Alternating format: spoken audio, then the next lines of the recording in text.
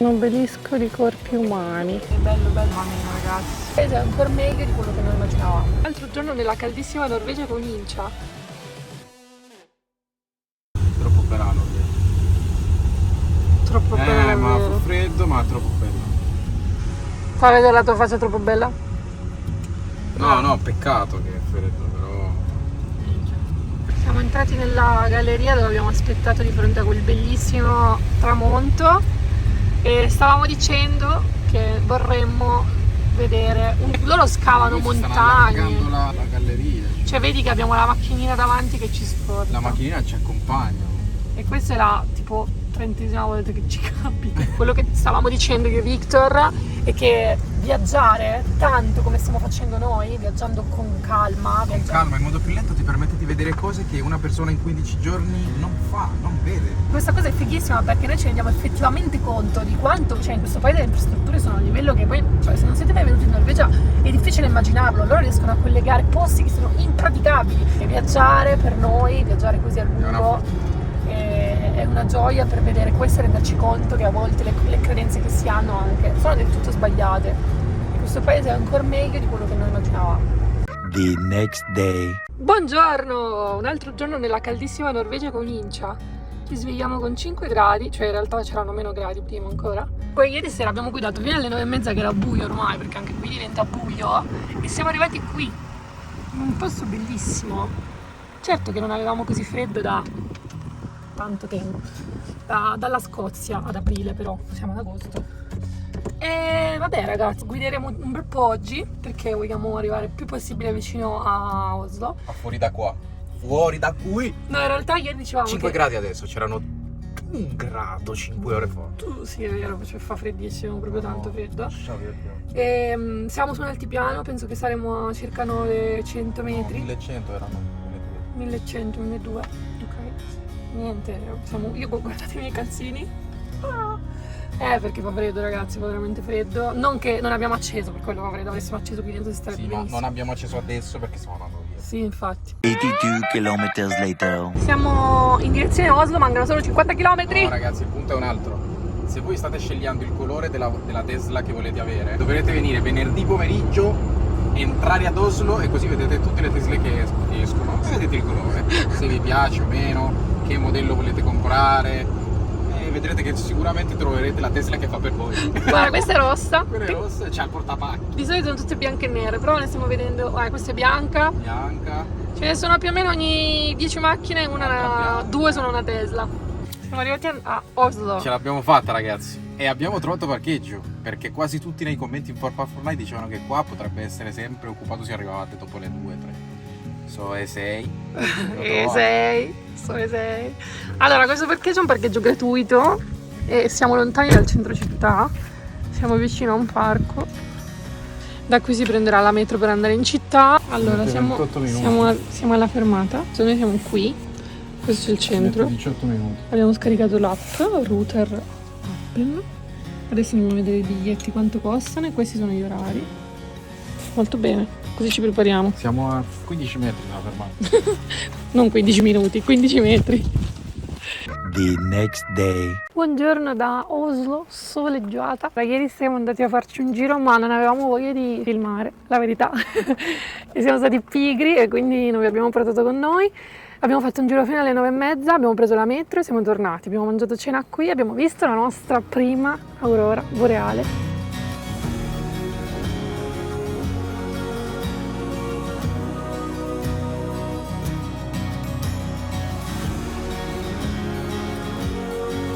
E adesso andiamo a farci un giro. La nottata è stata abbastanza non propriamente tranquillissima, nel senso che in questo parco qui vengono la sera i ragazzini a fare casino. Qui siamo vicino a un parco, qua dietro ci sono tipo un laghetto così, ed è veramente, cioè fanno veramente casino, però vabbè, a noi non ha dato fastidio perché alla fine l'hanno fatto fino all'1:30. Noi eravamo ancora svegli, o comunque ieri, ci hanno chiesto i biglietti appena siamo arrivati, alla faccia dei controllori. Erano in 3. Ti sgamano subito, se no... Eravamo seduti lì e loro sono seduti qua. Sì. Comunque abbiamo quanto costa il biglietto 24 ore? 127 corone, 10,80 € circa. una sola corsa costa 42 corone, quindi se fate più giri vi conviene il 24 ore, altrimenti vi basta e avanza la singola corsa che fate 84 corone, ovvero 7 euro qualcosa. Infatti andate e ritorno se avete parcheggiato qui tipo dove siamo noi, che è comodo ed è gratuito. Siamo nel centro, quella laggiù è la cattedrale di Oslo. Oggi è una bellissima giornata, ci sono 18 gradi, fa caldino. E questa città come prima impressione ci ha dato l'idea che sia molto mix di culture ed è molto bella questa cosa. Il metodo migliore per muoversi è la metro che abbiamo preso adesso, oppure c'è la metro che in realtà è tram, potremmo dire, ci sono anche un sacco di autobus. Se avete un hotel in centro vada a piedi. Sì, non è grande Non è grande. la città. Sono circa 670.000 abitanti per darvi un'idea. Però contando che ci sono 5 milioni di norvegesi, e un bel po' di norvegesi vivono qua. Questa zona è la zona più centrale, piena di negozi, c'è davvero tanta gente, bello bello. Tra l'altro ieri abbiamo visto anche che i locali sono aperti fino a tardi, come da noi, diciamo in modo normale. I ristoranti aprono fino a tardi, la maggior parte, e anche i locali per bere, quindi è una cosa figa, perché magari una persona che effettivamente viene a vivere qui non ha l'ansia di dover prenotare un ristorante che poi alle 8:30, alle 9 chiude la cucina, come in tutto il resto della Norvegia in realtà. Quindi Oslo è decisamente una città diversa dal resto del paese. Però certo, vedere Oslo non significa vedere la Norvegia, è proprio un'altra cosa. No, non c'è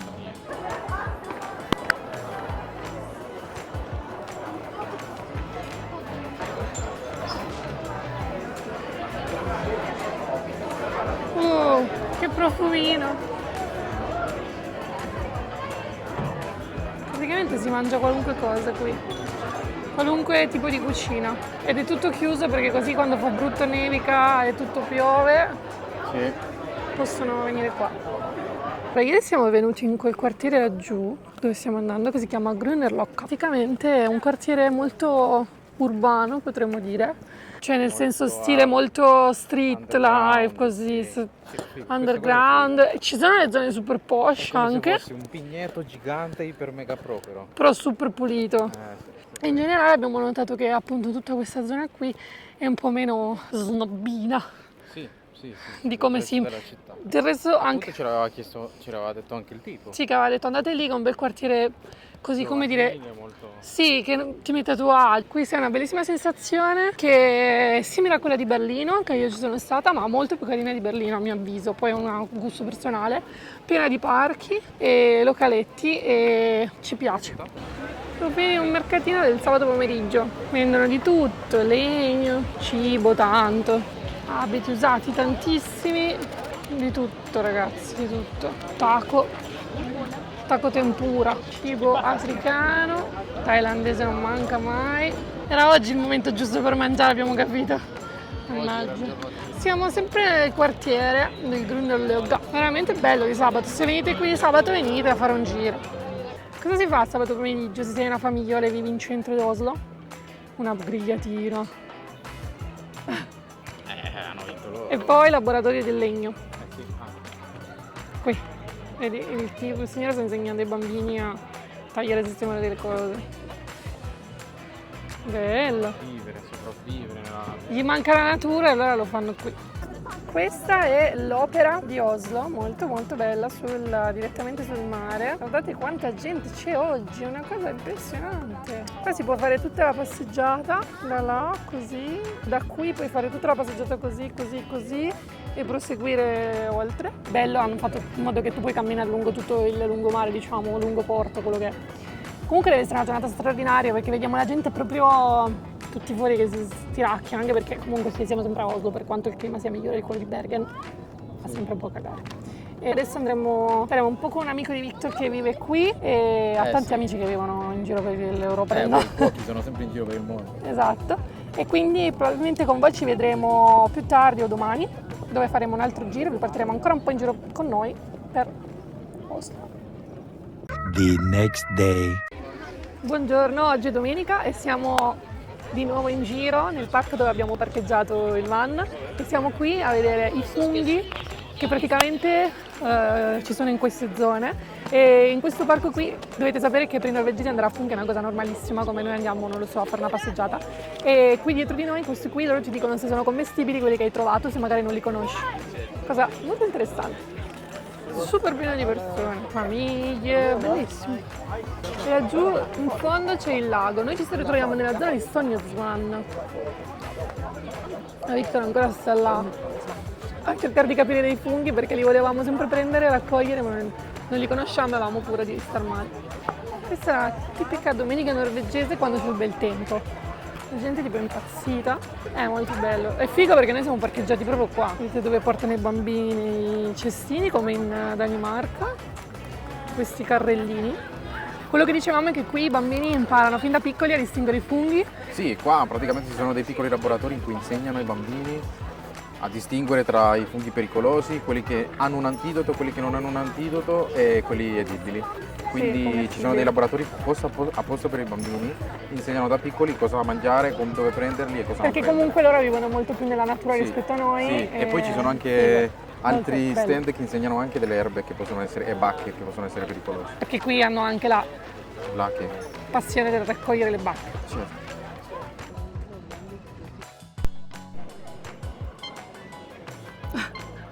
Siamo alla zona del porto che è veramente bella, c'è tantissima gente, locali, bello, bellissimo qua. Poi è una giornata meravigliosa. La domenica venite qui, lungo tutta questa parte, questo molo fatto apposta per tuffarsi, vi fate un bel bagnetto. Noi non ce lo faremmo a queste temperature. Cioè magari io sì, ma... Io sto bene dove sono. Allora, oggi è possibile anche, abbiamo scoperto, salire sulla barca della polizia, quella dei vigili del fuoco, e Victor aveva piacere di vederle. Bella, eh? Sì, puoi salire e... Guardare come sono infatti fighissime, sembrano delle navicelle. 3000 schermi. Sono veloci perché loro così si possono muovere se succede qualcosa nel porto, no? Madonna. Avranno... Sì, poi hanno 3000 comandi dentro, sembrano, è proprio un timone a tutti gli effetti come se fosse delle gare, cioè c'hanno il campo. Figo. Abbiamo preso un autobus e siamo arrivati a questo parco che si chiama Vigeland Parken ed è un parco praticamente di sculture, è anche considerato un museo all'aria aperta, gratuito, dove ci sono le sculture di questo Vigeland che era un artista norvegese famoso. È un po' tipo il concetto del Parkway di Barcellona, no? Un obelisco di corpi umani. Quello che stavamo dicendo è che come scultore, insomma, essendo abituati alla scuola italiana, questo Vigendal, insomma, ci sembra un po' tipo uno che lo fa per hobby. Però magari è il suo stile, non ne so niente, quindi sto parlando a vanvera. Semplicemente noi che siamo abituati a Michelangelo e Canova, non è proprio la stessa cosa. Comunque molto belli questi giardini. Guardate che bel colpo d'occhio qua. Come avete capito è l'ora di salutarci E abbiamo anticipato la questa induzione. con la mia pausa. No, è l'ora di salutarci soltanto per questo video e per questa parte del viaggio. Sì, finisce questa parte del viaggio ma non finisce la nostra avventura, che vi porteremo in posti meravigliosi a venire. Sì. Tanta roba. Più che altro perché se ci seguite sapete che noi viviamo in van, quindi non torniamo a casa da nessuna parte, semplicemente sarà un viaggio verso una nuova destinazione. E volevamo dire due parole sulla Norvegia per chiunque desideri viaggiare in questo paese, visto che è una meta super turistica ultimamente e molto scelta dagli italiani. Ultimamente, negli ultimi anni è davvero Abbiamo notato anche noi. meta turistica per gli italiani. Allora, parto io dicendo che effettivamente abbiamo confermato che la differenza anche importante dei prezzi, anche solo rispetto alla Scandinavia, al resto della Scandinavia, quindi rispetto alla Svezia per esempio, e anche un po' rispetto alla Danimarca, anche se la Danimarca è molto cara. La Norvegia è cara, ragazzi, è cara, lo sappiamo, ma vivendola come l'abbiamo vissuta noi, ovvero Andando a fare la spesa e cucinando in van. esatto, è sostenibile, non è una cosa folle. Abbiamo anche tenuto appunto conto di tutte le nostre spese, non abbiamo speso una cifra importante come pensavamo avremmo speso e ovviamente bisogna tenere in considerazione che i prezzi sono più alti dell'Italia, ma non folli. Quindi Ok, un altro è anche il clima, cioè non vi aspettate che venite qua e fa caldo. anche se cioè, è estate, Anche se estate, per lo più magari troverete pioggia. Tanta. Se voi venite in quei 7-8 giorni che avete di ferie e beccate il sole, sarete fortunatissimi. sì. Ricordatevi tra l'altro che agosto non è un mese propriamente di estate, diciamo soprattutto dopo il 10-15, Sì. inizia ufficialmente l'autunno qui. Anche se- Quindi il miglior momento per venire qui è giugno e luglio. luglio soprattutto. Sì, direi. facciamo luglio. Luglio è stato il mese in cui tra Svezia e Norvegia abbiamo beccato i giorni più belli in assoluto. Sì, sì, sì. E più sole e meno pioggia, perché agosto abbiamo avuto tantissima acqua, quindi portatevi i vestiti adatti all'occasione e ricordatevi sempre che le immagini che vedete anche sui social che possono essere un pochino illusorie, ovvio, perché neanche noi facciamo foto e video quando c'è la pioggia, ma ve lo diciamo sempre, quindi piove tanto, fa freddo soprattutto in certe zone, quindi venite pronti. Se avete qualche dubbio, qualcosa che abbiamo tralasciato del nostro viaggio, volete sapere qualcosa, scrivetecelo nei commenti. Noi devo dire che abbiamo amato tutto, nel particolare forse la zona che ci è piaciuta di più è stata quella di Capo Nord e dell'isola di Magheroia e anche dell'isola di Andoi, quindi il nord In generale nord della Norvegia. della Scozia, della Norvegia. Ci è piaciuto da morire, molto, ci è piaciuto da morire. Forse un po' più del sud se vogliamo fare il confronto, ma anche la zona di Fiordi è molto bella, però il nord è stato veramente unico e diverso da ogni altro tipo di possibile paesaggio che avessimo mai visto. Quindi vi ringraziamo tantissimo per essere stati qui con noi fino alla fine e rimanete con noi, nel Se senso ancora non l'avete fatto, è il momento di iscrivervi, ci fate un grandissimo, attivate la campanellina. come dire, una grandissima gioia, un piacere immenso, attivate la campanella e continuate a seguirci perché continuiamo a viaggiare e vi portiamo in posti completamente Deliziosi, diversi da questi. deliziosi. Ciao ragazzi!